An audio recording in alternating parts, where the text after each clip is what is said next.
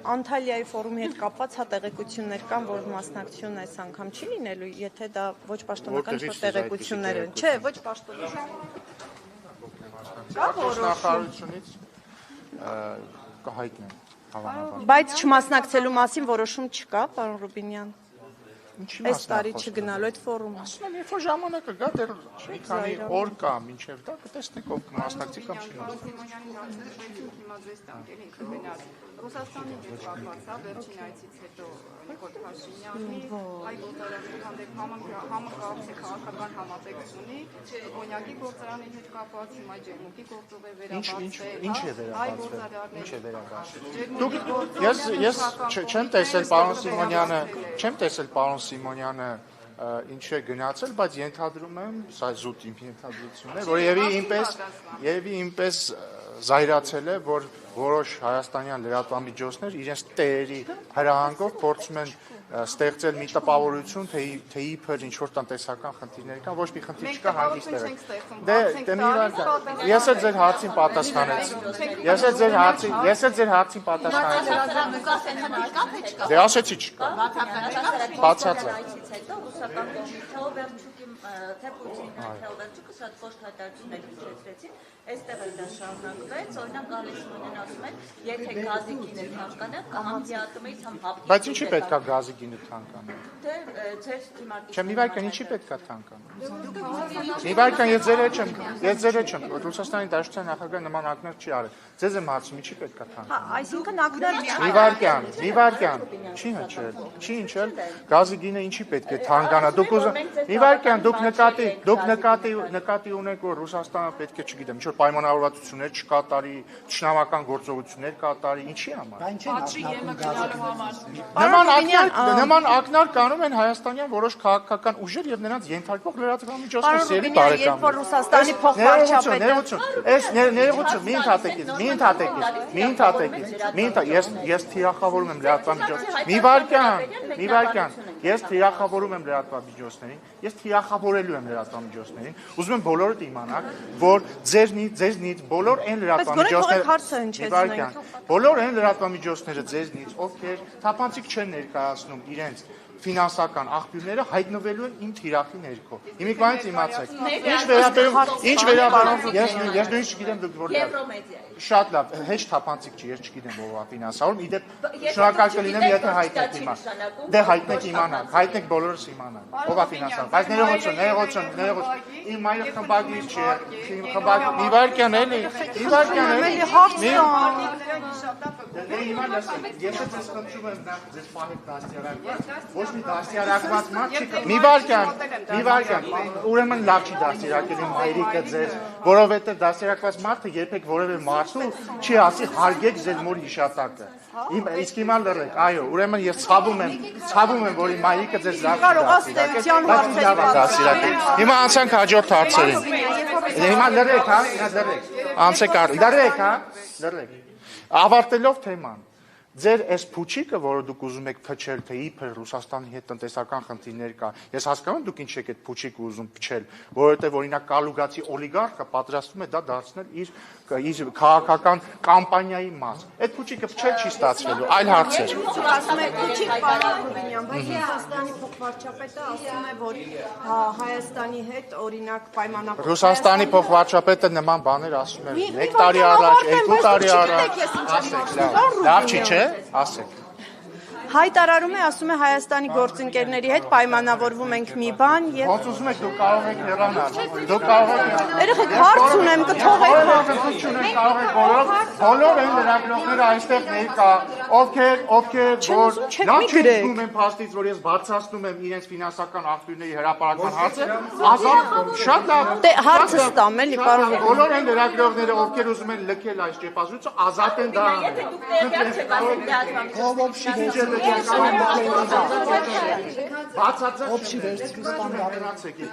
Ես հարցը ստամ։ Շատ լավ։ Մի հատեկից։ Ինչ ասացիք դուք քաղաքական դուք չեք որոշում, դա դուք չեք որոշում։ Որոշումը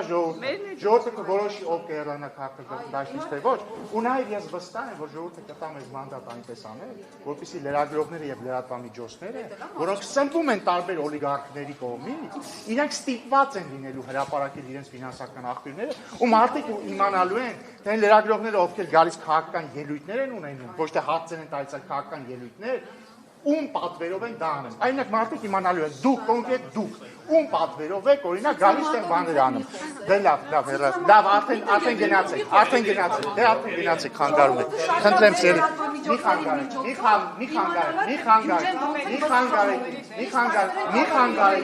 խանգարեք։ Խնդրեմ շողի։ Պարոն Ռուբինյան, հիմա Ռուսաստանի փոխվարչապետը ասում է իր այդ հարցազրույցում ասում էր, որ ըստ էության միտքային էր, որ ասում է խոսվում է Հայաստանից ամենաբարձր մակարդակով Ռուսաստանի հետ լավ հարաբերությունների մասին, նորմալ հարաբերությունների մասին, բայց ասում է լինում են դեպքեր, երբ հայկական կողմի հետ պայմանավորվում ենք մի բան, բայց գործնականում այլ պատկեր ենք տեսնում, որպես օրինակ նշում է երկաթուղու հարցը, ասում է մեզ բարձր մակարդակով առաջարկում են կառուցել այդ երկու կտորները, մենք դրական քննարկում ենք եւ դրական արձագանք ենք տալիս եւ դրան հաջորդում է վարչապետի հայտարարությունը հարցազրույցի տեսքով ընդ որում, որտեղ ինքը արդեն այլ առաջարկ է անում առհասարակ կառավարման իրավունք այլ երկրի հանձնելու, սա որպես օրինակ է նշում եւ հաջորդը ասում է եկել է այն մոտենում է Հայաստան այն կետին, երբ մենք պետք է հնարավոր է վերանայենք Հայաստանի հետ մեր տնտեսական հարաբերությունները, համագործակցությունը։ Հիմա դուք ասում եք ամբողջական այս հայ-ռուսական հարաբերությունների հետ կապված հարցերը փուչիկ են Հայաստանի։ Ես դες բան չեմ ասում։ Չէ, լարվածություն եւ այլ խնդիրների մասին։ Շատ լավ, ուրեմն այս երկու հայտարարությունները դուք ասեք ինչի մասին են խոսում։ Եվ որքանով եք այս գնահատականների հետ համաձայն։ Ընդհանրապես համաձայն չեմ եւ դրա մասին շատ է խոսվել, այդ թվում վարչապետն է խոսել, կրկնելու կարիք չեմ տեսնում։ Պետք է ասեմ, բայց այս խոսակցությունները, այս թեմաները նոր չեն, այսինքն նախորդ տարի էլ է խոսվել դրա մասին, դրա նախորդ տարի էլ է խոսվել դրա մասին։ Ինչպես տեսել եք, ոչ մի կատաստրոֆիկ բան տեղի չի ունեցել։ Ռուսաստանը մեր բարեկամ երկիրն է, մենք շարունակում ենք մեր բարակարգման հարաբերությունները։ Մի խանգարեք հեռախոսով գնացեք հեռու խոսեք։ Գիտեմ որ շատ բացելակված է, բայց գնացեք հեռու խոսեք։ Եվ մենք շարունակելու ենք շատ բարեկամական մթնոլորտում քննարկել, բնականաբար ոչ բոլոր հարցերի շուրջ եք համաձայն լինելու։ Հիմա օրինակ Ռուսաստանից այլ բաներ են հնչում։ Օրինակ ասում են, որ ասենք, չգիտեմ, Ազատություն ռադիոկայանը վատ գործունեություն է ծավալում Հայաստանում։ Հավանաբար կհիշեք, չէ՞, իրենց արտգործնախարարության խոսնակները, եթե չեմ սխալվում։ Մի քանի ամիս առաջ Ազատություն ռադիոկայանին շատ վատ ձևով էր բնութագրում։ Հիմա ինչ անենք, փակենք Ազատություն ռադիոկայանը։ Չէ, հիմա ասում են տարբեր բաների շուրջ համաձայն ենք, տարբեր բաների շուրջ համաձայն չենք, բայց դուք կարող եք հանգիստ լինել, չենք փակելու Ազատություն։ Իսկ համաձայն եք այն գնահատականի հետ, որ Հայաստանը գործնականում պայմանավորվում է այլ բան, բայց գործնականում անում է այլ եւ այս երկաթուղու օրինակը, պարոն Ռուբինյան, երկաթուղու օրինակը հիմք չէ նրանց կողմից նման պնդում անելու համար։ Ես կարծում եմ, որ ի հեճուկս բոլոր պնդումների, որ Ազատություն ռադիոկայանը Հայաստանում վատ գործունեություն է ծավալում, հակառուսական գործունեություն է ծավալում, մենք այդ որակումներին համաձայն չենք եւ կարծում ենք, որ Ազատություն ռադիոկայանը կարող է ազատ շարունակել իր գործունեությունը պայմանով, որ կհրապարակի իր ֆինանսական աղբյուրները, ինչ անում է իդեպ օրինակ ոչ մի բան չեմ կարող ասել Ազատություն ռադիոկայանի, որտեղ բոլորը գիտեն, որ ԱՄՆ կառավարությունն է ֆինանսավորում։ Երևանի եւ Մոսկվայի միջև եղածի հետ կապված ինչ կասեք, այս երկաթուղու օրինակով, պարոն Ռուբինյան։ Երկաթուղու վերաբերյալ մեր դիրքորոշումները հայտնի են, վարչապետ Փաշինյանը ասել է նաև, որ մենք չենք պատրաստվում Ռուսաստանի մեջքի ետևում ինչ որ բան անել, չենք ուզում որևէ հարց սրել, բայց մենք ունենք կոնկրետ խնդիր եւ այդ խնդիրը քննարկում ենք, քննարկման փուլում է, այսքան բան, որևէ չգիտեմ, աշխարհացունց բան տեղի չի ունեցել եւ չի ունենա հանգիստ։ Չէ, եթե Հայաստանի շահերից չի բխում ռուսական կառավարումը, այդ դեպքում ինչքան է Հայաստանը պատրաստվում։ Չէ, Հայաստանի շահերից չի բխում, չէ, պարոն Ռուբինյան։ Ես ձեր բոլոր հարցերին արդեն պատասխանեցի, մանավանդ որ ձեր հարցերի մի մասը դուք ի ուրախություն բոլորիս նաեւ հնարավորություն եք ունեցել տալ։ Անձամբ վարչապետ Փաշինյանին նախորդ շաբաթ էլ եք տալիս, երբ որ կառավարության նիստից հետո հարց ու պատասխանել բոլոր հարցերին ձեր սպառիչ պատասխաններ։ Ասում է դուք իրենք ամեն ինչ անում են, հանուն Հայաստանի ամեն ինչ զոհաբերում են։ Իսկ դուք օրինակ Իսկ ինքը հանուն Հայաստանի չի պատրաստում զոհաբերի իր ռուսական եւ կիպրական անձնագրերը։ Դե գուցե սկզբի համար զոհաբերի իր կիպրոսյան եւ ռուսաստանյան անձնագրերը։ Օրինակ, նույն ձև էս ինչ որ տրենդ է, հա, ոնց որ փրկիչների մոտ, ամեն մեկը մի 6 երկրի քաղաքացիություն շալակած գալիս են երկիրը բան փրկելու, ասում ես լավ, իսկ գուցե այն Բագրատ Սրբազանն էլ ճակերտների մեջ չէ, կանադայի քաղաքացիներ, երբ որ ասում են գուցե դուք զոհաբերեք ձեր կանադայի քաղաքացիությունը, չէ, այտենց էլ չէ զոհաբերում։ Այսինքն իրանք ուզում են գան դառնալ վարչապետ, բայց մի հատ պրիմիտիվ օտարերկրյա քաղաքացիությունը չեն ուզում զոհաբերեն, որ այս ժողովուրդը հասկանա, որ լավ, այս մարդիկ կատարածու չեն, մանկլավիկ չեն։ Ում կատարածուն են, պարոն Ռուբինյան։ Չգիտեմ, ում կատարածուն են, հաստատ ոչ Հայաստանի ժողովուրդը։ Ընդհանուր առմամբ ինչպես կգնահատեք Ռուբինյան։ Ելույթի փաստը։ Ում ելույթ։ Սամվել Կարապետյանը։ Ես վստահ չեմ, որ դա Ես վստահ չեմ, որ դա ելույթ է։ Վերաբերյալ դիտարկումները։ Ես պետք է գնահատեմ այն փաստը, որ նախ ես չգիտեմ իրոք դա արհեստական բանականություններ թե ինքն էր խոսում, բայց եթե ինքն էր խոսում, գնահատում եմ, որ 5 րոպե 20 դուբլով խոսելուց ինսուլտ չի խփել նրան, ես գնահատում եմ, որ կենթանի է մնացել այդքանից հետո, հույս ունեմ հաջորդիվ, օրինակ ինքը հնարավորություն կստեղծի, որ դուք բոլորով գնաք եւ իրեն հարցեր տաք, չէ՞ որ ինքը ժողովրդավար է, ուժեղ է, չէ՞ նա, շատ ուժեղ է։ Ես վստահ եմ, որ ուժեղ Սամվել Կարապետյանը ոչ մի դեպքում չի վախենա ձեր հարցերից։ Ես վստահ եմ, որ Նարեկ Կարապետյանից ուժեղ Սամվել Կարապետյանը, սա շատ կարևոր է, ուժեղ Սամվել Կարապետյանը չի վախենա պատասխանել Նարեկ Կարապետյանի մեկ հարցից։ Կիրակոսյան, 1000 ներողություն աջա։ Նարեկ Կիրակոսյանի մեկ հարցից չի վախենա Սամվել Կարապետյանը։ Ես վստահ եմ, որովհետև նա շատ ուժեղ է։ Ես վստահ եմ, որ Շողիկն էլ հո Կարապետյան է։ Գալստյան, Շողիկ Գալստյանի։ Ես վստահ եմ, որ Շողիկ Գալստյանի մեկ հարցից չի վախենա ուժեղ Սամվել Կարապետյանը։ Ես վստահ եմ, որ Ռիփսիմե Ջեբեջյանը չի վախենա ուժեղ Սամվել Կարապետյանից եւ կտա 1 կամ 2 հարց։ Ես վստահ եմ, որ Ռիփսիմե Ջեբեջյանը ցես կկանգնի եւ մի հատ 10 րոպեանոց քաղաքական ելույթ կունենա ուժեղ Սամվել Կարապետյանի դիմաց, բայց օրինակ այստեղ նստած է Արմատ մեդիայի լրագրողը, որը ֆինանսավորվում է ուժեղ Սամվել Կարապետյանի թիմակիցների կողմից, այ վստահ եմ, որ Արմատ մեդիայի լրագրողը իհարկե մեծ հաճույքով հարցեր կտա Խնդրում եմ մի ընդհատեք, գնացեք իր տուն հարցեր տվեք, գնացեք տուն հարցրեք, պարոն Կարապետյան, կամ չգիտեմ ոնց եք իրան դիմում ինքն իր շրջապատն է, չէ՞ ձեզ ֆինանսավոր։ Գնացեք ասեք, պարոն Կարապետյան, ինչի Ռուսաստանի եւ Կիպրոսի քաղաքացիություններից չեք հրաժարվում։ Չէ՞ որ դուք ամեն ինչ պատրաստ եք զոհաբերել հանուն Հայաստանի։ Խնդրում ենք, զոհաբերեք ձեր ռուսական եւ կիպրոսյան պասպորտը, պարոն Կարապետյան։ Ուժեղ առաջնորդ, ուժեղ, գնացեք ասեք։ Ինչ այդ պարոն Կարապետյան ասում է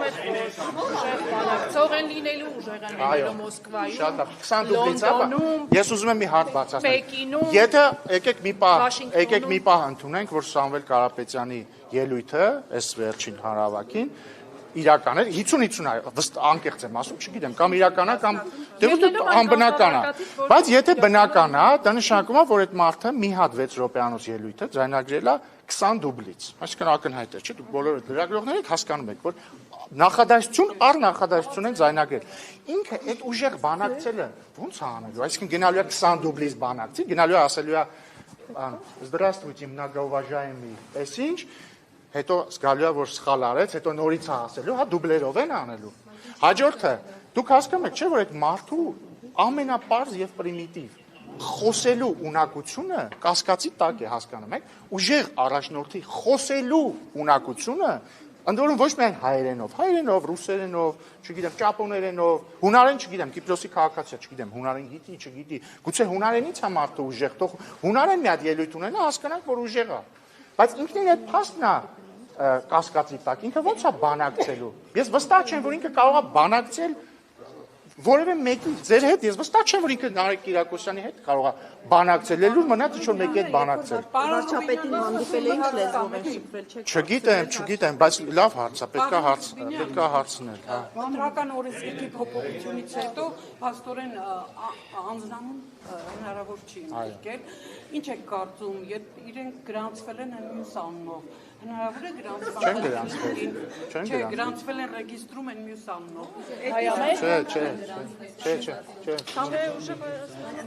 Սկզբից ճիշտ ասում, հայամետը հետո անվանապետալ։ Խնդիր կարող է առաջանալ Չի կարող, չեմ կարծում։ Համենայն դեպս ոչ ձեր ասած կոնտեքստում հաստատ չի կարող։ Խոսում եք Կարապետյան եւ այլն։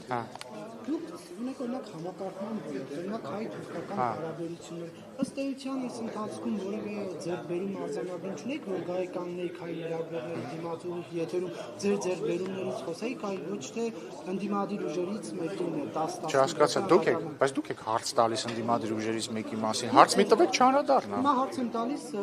Դե տվեք պատասխանը։ Ինչ ձեռքբերումներ ունեք երրորդ երկրի քաղաքացիների համար չէ, ինչ եղավ այդ որոշումը, սահմանները երբ կբացվեն։ Հայաստան-Թուրքիա հարաբերությունների կարգավորման գործընթացում մի շարք քայլեր արվել են արդեն իսկ, եկը հիշեք, եւ որ ամենասկզբում վերաբացվեցին թռիչքները Երևանի եւ Ստամբուլի միջեւ, որոնք դադարեցված էին մի քանի տարի։ Հիշեք նաեւ, որ պայմանավորվածություն ձեռք բերվեց ուղիղ ավիաբեռնափոխադրումները հնարավոր դարձնելու մասին, ինչը արված է։ Կա պայմանավորվածություն անի պատմական կամուրջը վերականգնելու մասին գործընթացը, փաստաթղթային գործընթացը ընթացքի մեջ է։ Եվ ճիշտ է, ամենամեծ պայմանավորվածությունը սահմանը երրորդ երկրների քաղաքացիների եւ դիվանագիտական անձնագիր կրողների համար բացելն է, ինչի վերաբերյալ մենք մեր կողմից անելիք արել ենք, նկատի ունեմ անցակետի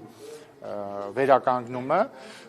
լավ լուրն այն է, որ թուրքական կողմից վերջապես այս տարի իրենց կողմից սկսեցին աշխատանքներ տանել անցակետի վերականգնման ուղղությամբ եւ մենք սպասում ենք պայմանավորվածության իրագործմանը եւ այս առումով հնդակը մեր դաշտում չէ։ Խաղաղությունը հաստատված է, բայց գործընթացները պետք է գնան իրենց հունով։ Մեր կողմից որևէ խնդիր չկա եւ մենք ոչ էլ նախապայման կա, պայմանավորվածությունը կա, պետք է իրագործվի։ Չեմ կարծում։ Ամենայն դեպս դա տրամաբանական չէր լինի։ Իսկ դուք Անտալիա մեկնելու եք, ես էլի Անտալիա։ Ես Անտալիա չեմ մեկնել։ Արտգործնախարարը։ Դե ասեցի էլի արտգործնախարարությունը կայտարելի։ Դե հա, բայց ով ամեն անգամ չեմ։ Ոչ։ Կողմն է իսկապես նեղացել եք։ Սիրելի գործընկերներ, ես ձեր տարբեր տեսակ ձևակերպած նույն հարցին պատասխանելու եմ հանդիպելու օրինակ ձեր գործը։ Բայց ես բացարձակ տենց բան չասեցի։ Դե հիմա բայց դուք ձեր ենթադրությունները հազար ձև կարող եք ձևակերպել։ Ես ձեզ ասացի,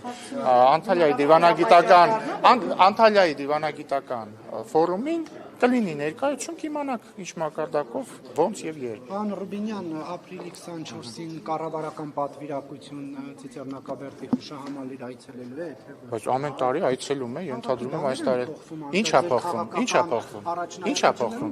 Ինչա փոխվում։ Դե այն, որ այլևս ցեղասպանությունը արտաքին քաղաքականության հարցում առաջնահերթություն չէ։ Ցեղասպանությունը չէ, ցեղասպանությունի միջազգային ճանաչումը։ Ինչ որ մեկը կառավարությունից այլ բան ասել է։ Չէ, բայց մի վարկանի իսկ դուք գնալու եք Ծիծեռնակաբերդ։ Ես ամեն տարի այցելում։ Հա, շատ լավ, ես էլ։ Չէ, ես նկատում եմ ի պաշտոնն է, չէ, Ես էլ ի պաշտոնե ամեն տարի այցելում եմ բացառությամբ այն տարիներին, երբ որ արտերկրում եմ լինում, գործողման մեջ։ Ոչ մի բան չի փոխվել, կլինի այց։ Բայց ինչի՞ պիտի չլինի։ Այսինքն դուք այնքան եք այդ դուք չէ էլի անձամբ նկատում ես ձեր լրագրողական դաշտը այնքան ես փուչիկը փչել ուրացում որ հիմա դուք սկսել եք ինքը ներողություն հա որովհետև բոլորի գործունեության բանն է այնքան եք փչել ես ուրացում ես իմ ինչ դավաճան ես ինչ որ ինքներդ սկսել եք այդ աբսուրդներին հավատալ հա Զուտ որ այլևս առաջնահերթություն չի դրա համար Սիրելի մի բան է երբ որ դու մի բան դնում ես քո top առաջնահերթություն որպես միջազգային քաղաքականության մաս մեկ այլ բան է քո հիշատակի օրը Չի մասն է խոսքը հստակեցնում ինչու եք վրդովում Դե որ լսեիք հասկանայի Քանի որ հրապարակվել են առաջկա խորհրդարանական մասնակցել քաղաքական հիմնական ուժերի մասնավորապես ընդդիմադիր երյակի, այսպես ասենք, դրական ցուցակները, աչքի անցկացրել եք վստահեմ այդ ցուցակները, ձեր գնահատականը ինչպես է ստացվում, որ երկրորդ նախագահի թիմակիցները հաջողությամբ հանգրվանում են օրինակ Բարգավաճ Հայաստանում կամ Ուժեղ Հայաստանում։ Սա ինչի մասին է խոսքը։ Դե տեսեք, շատ ընդհանուր քաղաքական շահի մասին է խոսում, թե քաղաքական դաշտը ամլացել է, տեխնացներ չկա։ Դե տեսեք, շատ հատկանշական է, որ հաստորեն կա երագլուխ պատերազմի կուսակցությունը ըստ էության, որոնք են, այսինքն Սամվել Կարապետյանի զարմիկի գլխավորած ուժը, Սամվել Կարապետյանը դե չի ղեկավարում Որովհետև այդ երեք, որովհետև գլխավոր, այսպես ասենք, ավանգարդում այդ երեք ուժերն են գտնվում։ Սամվել Կարապետյանի Զարմիկի գլխավորած ուժը, Ծառուկյանի գլխավորած ուժը եւ Քոչարյանի գլխավորած ուժը։ Մի վարքան էլի, մի վարքան։ Հիմա ինչ հետաքրքիր իրավիճակա ստեղծում։ Քոչարյանի գլխավորած ուժի առաջին համարն է Քոչարյանը եւ վարչապետի տեխնացուն է Քոչարյանը։ Ծառուկյանի գլխավորած ուժի առաջին համարն է Ծառուկյանը, բայց վարչապետի տեխնացուն Ծառուկյանը չէ եւ բացառիկ know-how համաշխարհային քաղաքականության մեջ։ Իրենց վարչապետի տեխնացուն գախնի է, այսինքն Ծառուկյանը ասում է իմ վարչապետի տեխնացուն գախնի է։ Մի վարքան։ Չէ, օրենքը էլի չի արգելում, բայց նկատի ունեմ, ֆիքսենք էլի, որ առաջին անգամ համաշխարհային քաղաքականության պատմության մեջ մարդիկ որոշել են ընտրություններին մասնակցել թաքնված, պահկված տեխնացույով, հասկանու՞մ, կարող ընտրություններից, այսինքն Ժորժ ջան, երբ որ դուք ընտրում եք Ծառուկյանի ուժին, իմացեք, որ հետո ով ասես կարող է վարչապետի տեխնացու լինի։ Մի վարքան։ Հաջորդը, բայց Ծառուկյանի ցուցակի երկրորդ համարն է մարդ, որը 2021 թվականի Ռոբերտ Քոչարյանի գլխավորած ցուցակով մտել է ազգային ժողով, Անդրանիկ Թևանյանը, երկրորդ համար։ Ասեմ ավելին,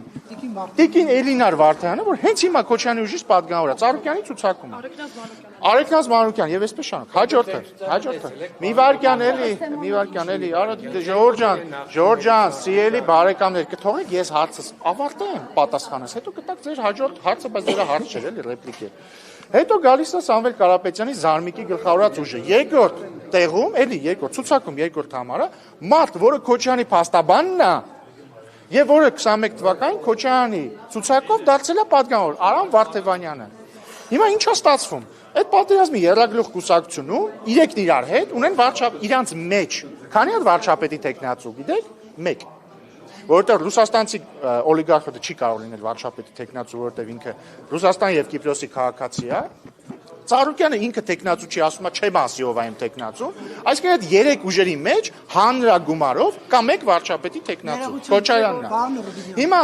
ընդ որում ես այդ ցուցակները որ տեսել եմ, իմ մոտ տպավորություն է ստեղծվում, որ իրանք սենց խառնել բաժանել ցուցակ են կազմել, այսինքն սենց ուղղակի մարդկանց անունները գրել են մարդկանց, սենց խառնել են, ամեն մեկը սենց քաշելա ցուցակ են կազմել։ Հա,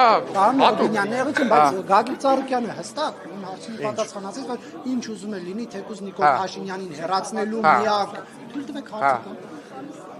Եթե նույնիսկ Նիկոլ Փաշինյանին հեռացնելու միակ տարբերակը լինի այն, որ ինքը պետք է Քոչարյանի օգտին քվեարկի, որ դառնա վարչապետ, չի քվեարկի։ Որ Քոչարյանի, կարող Լևոն Քոչարյանին։ Իսկ կարող Լևոն Քոչարյանին քվեարկի։ Հարցը Ռոբերտով է հնչել։ Դե հիմա ես ասում եմ կարող Լևոն Քոչարյանին քվեարկի։ Հարցը Ռոբերտով եմ տվել։ Հասկանում եմ, ասում եմ տարբերությունը մեծ է, որ Ռոբերտին չքվեարկի, Լևոն Քոչարյանին։ Կարող Անդրանիկ Թևանյանին է քվեարկում, դա այդպես մեծ է տարբերությունը։ Ինչու Ռոբերտ Քոչարյանը չեն տալիս։ Կաշխանդվում են, չգիտեմ,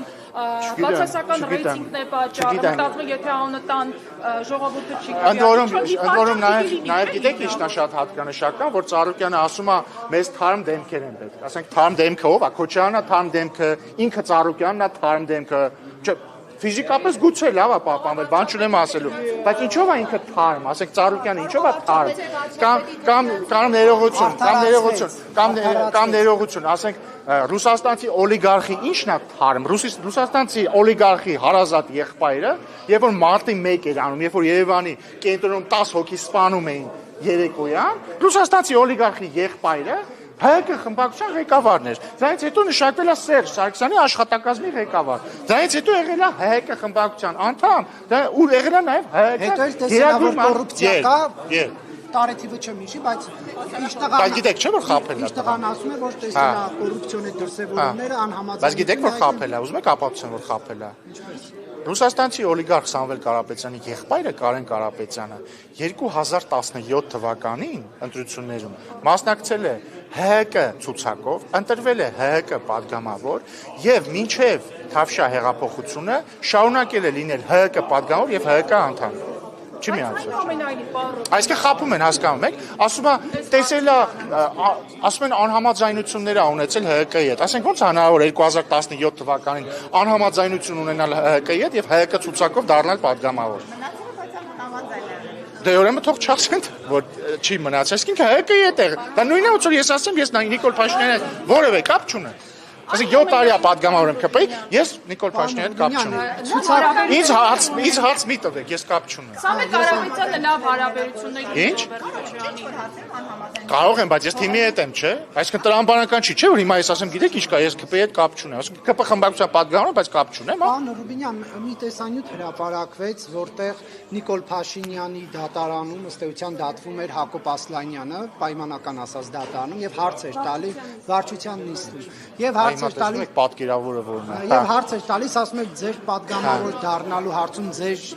ներդրում ինչքան է, իմ ներդրում ինչքան է, եւ Հակոբ Ասլանյանն ասում էր 99.9%-ը ձերն է, պարոն վարչապետ։ Հիմա բոլորինը թե 99% պարտական Նիկոլ, օրինակ դուք քանի տոկոսով։ Չգիտեմ, ես տենց հաշվարկներ չեմ անում։ Գնա Հակոբ Ասլանյանին կա։ Նիկոլ Փաշինյանը եթե մի օր ձեզ հարցնի, դուք չեմ կարծում, որ ինձ այդ հարցը կտա։ Պարոն Ռուբինյան, նախարար Ասեփոյ Գալյան ասում էր, որ սահմանադրության նախագիծը պետք է քաղաքացիական պայմանագրի վարչությունում, հետո խմբակցությունում քննարկվի, որովհետեւ քննարկում այս ընթացքում վարչությունը, խմբակցությունը տեքստի շուրջ Աշխատանքային քննարկումներ, բայց դեռ վերջնականացված քննարկման չենք հասել։ Աշխատանքայինը նկատի ունեք վարչությունում եք տեքստը Նկատի ունեմ խառը։ խառարում։ Նկատի ունեմ հիմա ես չեմ ասելու, այս ինչ օրը քննարկեցինք այստեղ, այն ինչ դե քննարկումները շարունակում են, երբ որ վերջնական product լինի, մարդիկ վստահաբար կտեսնեն այդ թվում դուք։ Բայց խմբակցությունը թե վարչությունն է անընդհատ։ Ես ասում եմ խառը, ինչ եմ ասում խառը, որովհետև խոսքը պաշտոնական քննարկումների մասին չի, չէ, աշխատանքային քննարկումների մասին։ Հիմա ես չեմ ասելու, չէ, երեկում եմ հանդիպել, ինչ եմ քննարկել, եթե խոսքը պաշտոնական հանդիպման մասին չի։ Երբ որ վերջնական product կլինի, վերջնական տեքստ կլինի, բոլորը կտեսնեն։ հեռացման մասով կա տարակարծություն։ Չէ, չկա ու անկախության հռչակագիրը հնարավոր չի հեռացնել։ Եվի դուք նկատի ունեք հաղում են հեռացնել, որտեղ անկախության հռչակագիրը կա եւ միշտ մնալու է որպես պատմական փաստացող։ Որ ասում եք չկա տարակարծություն, նկատի միաձայնվում եք, որ նորում հղում չի։ Ես պատասխանեցի ինչքան հերիք է եւ կարծում եմ հերիք է։ Ինչն է ձեր հարցը։ Ինձ չբավարար է ձեր պատասխան դուք եք նորից հնչեցել։ Ինչն է պատճառը, որ եւ Գագիկ Ծառուկյանը եւ Սամվել Կարապետյանի թիմը խուսափում են բացահայտ ասել, որ իրենց վարչապետի թեկնածուն Ռոբերտ Քոչարյանը։ Որովհետեւ ուզում եմ, դե ինչն էր պատճառը, որ օրինակ ինչն էր պատճառը, որ Մարտուն Գրիգորյանը, որը նույնպես հանգրվանել է Ծառուկյանի ցուցակում, Գյումրիի ընտրությունների քարոզարշավի ժամանակ ասում էր, որ ինքը Վարդան Ղուկասյանին ձայն չի տալու։ Ինչն էր պատճառը, որ ասում էր, տեսեք, ես ԿՊ-ն ուզում ա գա Վարդան Ղուկասյանին բերի քաղաքապետ, որովհետև ինքը ուզում էր մարդկանց մոլորեցնել, ստանալ քվե, հետո ինչպես տեսակ գնաց ու խմբակցության անդամի պես իր քվեն տվեց Վարդան Ղուկասյանին։ Հիմա նույն ձև իրանք թաքնված, չգիտեմ, ինչ հեքիաթ ասես կպատմեն, իրանց նպատակը հետևյալն է։ Ասել մենք, չէ, ինչ եք ասում, մենք իրար հետ կապ չունենք, օրինակ Ծառուկյանը կասի, չէ, ինչ եք ասում։ Ես ոնց կարող եմ Քոչարյանի հետ կապ ունենամ, մարդ, որը ասենք, իր կուսակցությունը Քոչարյանի ուղիղ հրանգով է ստեղծել։ Հեռավոր 2007 թվականից հետո մարդ, որը միշտ ընտրություններին պաշտպանել է Քոչարյանին, կամ նույն Սամվել Կարապետյանը պետք է ասի, ոնց կարող ենք մենք Քոչարյանի հետ կապ ունենալ, մարդ, որը մուծել է Քոչարյանի գրավը։ Մի վարքյան։ Կամ ասում են, ի՞նչ կապ ունենք մենք Սերժ Սարգսյանի հետ։ Հեչ, ոնց որ իմ աղբերն է Սերժ Սարգսյանի աշխատակազմի ղեկավար եղել, կամ իմ աղբերն է ՀՀԿ խմբակցության ղեկավարն եղել։ Իրանք ուզում են կեղծ տպավորություն ստեղծել, որ իրար հետ կապ չունեն, որպեսզի քվեներ ստանան, վերջում կպնեն իրար իրանց